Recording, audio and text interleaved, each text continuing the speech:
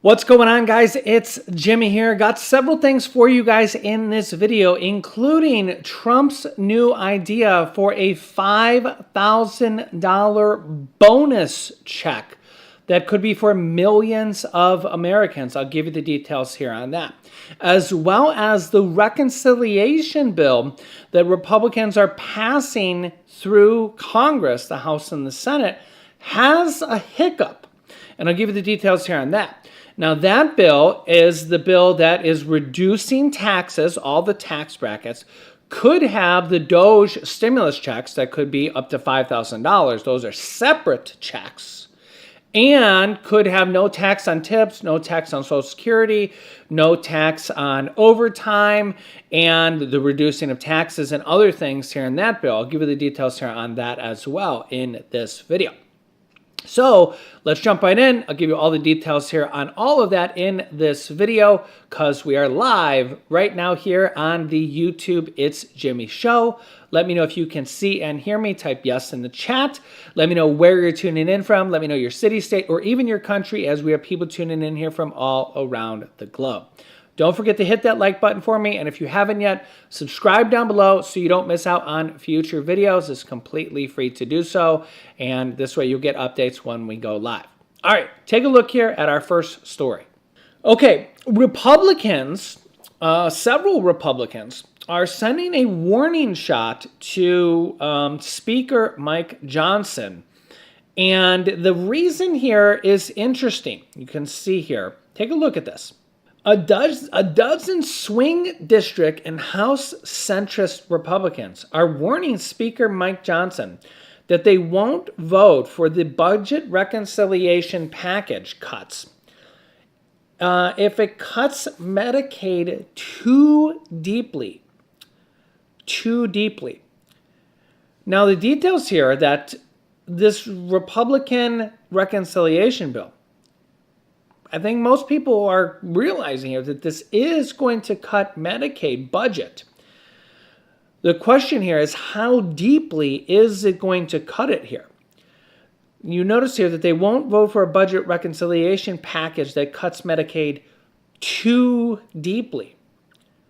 The question here is, how deep of cuts is Medicaid going to get here in this budget reconciliation bill?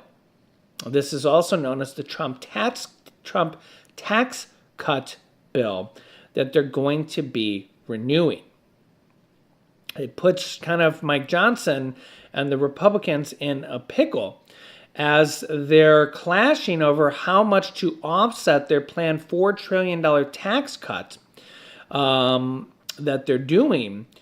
And the House initially passed a budget resolution that would require $1.5 trillion in cuts and would likely reduce Medicaid funding. So I wanted to show that to you because I know a lot of people are concerned about that. A lot of people don't think that that's happening and that this is the writing is there on the wall and it's there in black and white. Medicaid is going to almost certainly be cut. The question here is, how much is it going to be cut? So I wanted to show that to you.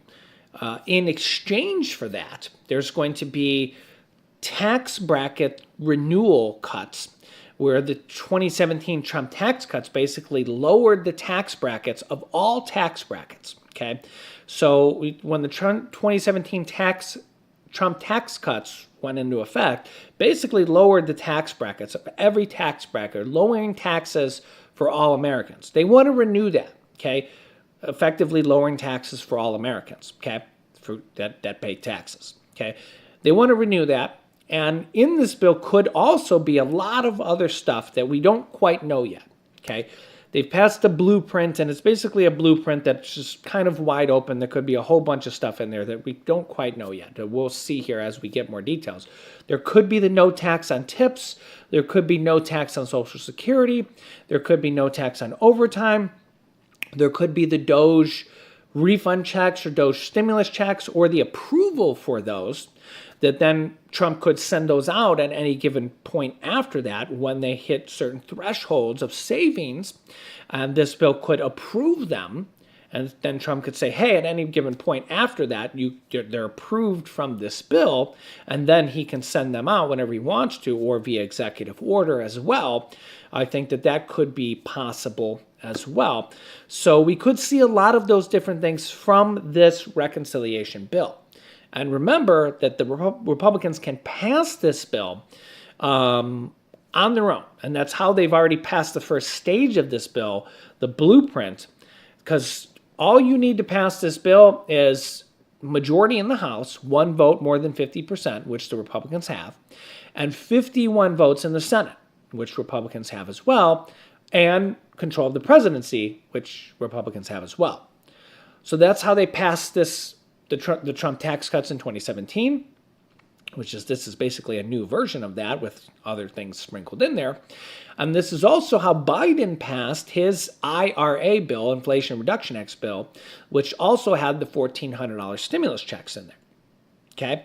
So both parties have passed reconciliations bills recently, which, again, you can have all sorts of different things in there, including stimulus checks. Okay? Biden had the $1,400 stimulus checks in there. Okay? Also, we could see child tax credits, or the child tax credits in there, which brings me here to some new news here. Take a look here. Some new details that have just come up here. A $5,000 baby bonus.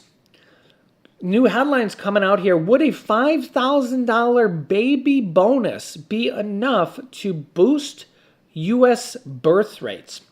Just under 3.6 million babies were born in the U.S. in 2023. The White House is considering a national medal of motherhood, which is, I've never even heard of such a thing. I guess it's a new thing. But the birth rate in 2023 was the lowest single year total since 1979. 1979. President Donald Trump has backed a published report that said was a $5,000 baby bonus for women who give birth to help reverse a decline in the U.S. birth rate. When Trump was asked in the Oval Office about the possibility of providing a financial reward to women who give birth, Trump responded with, "Sounds like a good idea to me." The baby bonus was first reported this week by the New York Times, which stated the White House has explored various ideas to encourage Americans to marry and have more children, with the birth rate that has hit a low in 2023. I don't know if we have 2024 data yet. When just under 3.6 million babies were born in the U.S., that year's total was 76,000 less than the year before and was the lowest one-year total since 1979, according to the CDC. Wow. The pandemic brought a slight uptick in the birth rate, but it has since dropped again. I'm sure the pandemic and all this, inflation and economic uncertainty has not been kind to people thinking about babies. And you got to think, if you're, a young couple, in your 20s, 30s, or younger, or anywhere around that, and you got to think, eggs alone are $5, $6 a dozen. And, you look at the price of houses, the average price of a house here is the median price for a house in the United States in 2024. The median price is $419,000. The average sales price of a new home is $512,000. So we got two different, data points here. The median sales price is $419,000. We'll say $420,000, and the average sales price is $512,000. So $420,000 to $512,000. When you look at this, and you're a young couple in your 20s or 30s or, anywhere around that price or age, anywhere around that age, 400 to 500,000 for a new home, even if you're in a low cost of area state, and you think, hey, maybe I can get a home for 300 or something like that, less than the average. These are expensive. These are expensive houses, right? Maybe I can get a fixer-upper or something like that. And, I know in my area, it's hard to even get a home. Homes just go up for sale and they're gone right away. They're gone right away. And it's been like this since the pandemic. Let me know where you guys are in your state or city in the comment section. Do homes even go up for sale for a long time? They're just gone. They're just, as soon as they go up for sale, they're gone. So you got to really think about this, if you're a young, couple, young married couple, whatever, trying to think about a family, you got to think about a place to live, the cost of a baby, just buying food every week, and a place to live, food and a place to live, about my computer there, food and a place to live and transportation is insane. The costs alone are insane. So an extra couple thousand from the government, whether it's in the form of a check or in the form of a tax credit, would help. Would definitely help. And we're seeing the government get creative in ways to help out people. We're seeing, no tax on Social Security, no tax on tip, no tax on overtime as ways to help the, this potential way, and the DOGE dividend refund checks as another way to help out, where they're saying that it might not cause inflation. I mean, we'll see, but it's a refund check as their savings that they found via the various DOGE Department of Government Efficiencies, places that they found through their various going in through different, whether it's cuts or not, that they found in the government, and found ways to save money and give that back to the people. So you guys can let me know your thoughts on this, but if they're being creative and finding ways to give money back to the people, sounds like a good thing, right? No, I get it. We're going to have people that are going to complain. It's not for me. I don't have a newborn baby. I get it.